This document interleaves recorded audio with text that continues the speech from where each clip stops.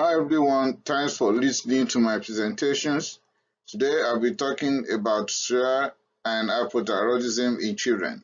This could be soya bean, soya milk, soya cake, soya anything, and in a child already diagnosed with congenital hypothyroidism, that is not good.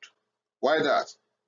Don't give that formula field that is having soya as part of the constituent. Why not? Let's go. Congenital hypothyroidism. Now, in many parts of the world, newborns are screened for hypothyroidism. Why that?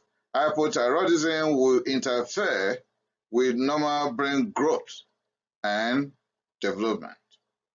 Hypothyroidism will also interfere with somatic growth later on in infancy or early childhood. Prompt treatment. Congenital hypothyroidism should be treated with levothyroxine, that is T4, given per oral promptly. As a matter of fact, a very high dose is required. For example, you can give between 10 to 16 micrograms per kilogram per day per oral. Okay?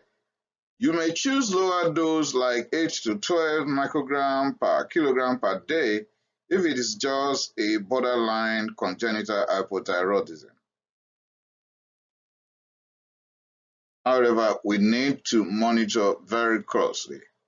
We'll monitor the level of the hormones, and that should be the level of TSH, T4, and T3. We should embark on regular and periodic physical examination to monitor the effects of the treatment so as to prevent learning disability later in life, including poor growth and development. If we are dealing with a transient form of congenital hypothyroidism, we may choose to reevaluate every year, and that will be fine.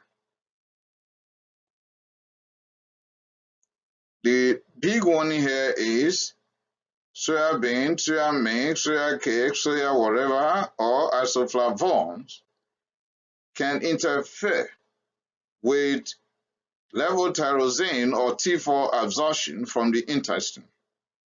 So, a child is diagnosed with congenital hypothyroidism.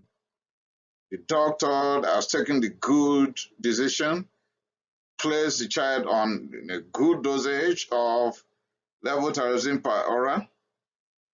The mother has cooperated very well.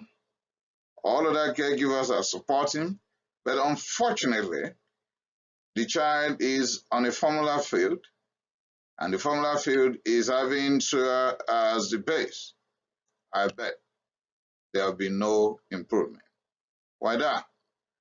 The T4 given per oral will not be absorbed into the system and perform the function expected because the SOY protein will interfere with the absorption of the T4. So the congenital hypothyroid state will persist, and the overall outcome that we are trying to prevent will not be achieved. So the child will have poor or stunted growth, poor somatic development, and of course, poor brain development and learning disability. Why?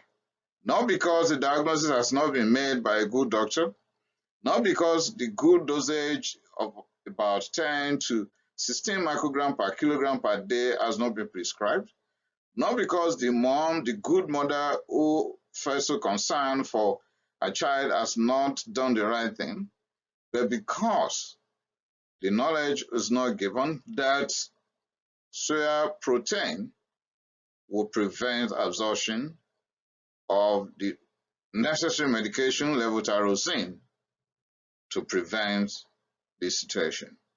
So take formula field rich in soya protein off the table in any child in any child diagnosed with congenital hypothyroidism and is being promptly treated with levothyroxine.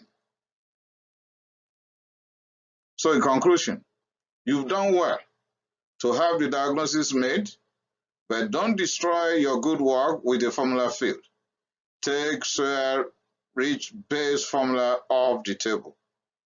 This is a very small information, but very vital, for the development mentally and physically in that child. Thank you for listening to my presentations. You are free to leave your comment, share, and subscribe. I appreciate it.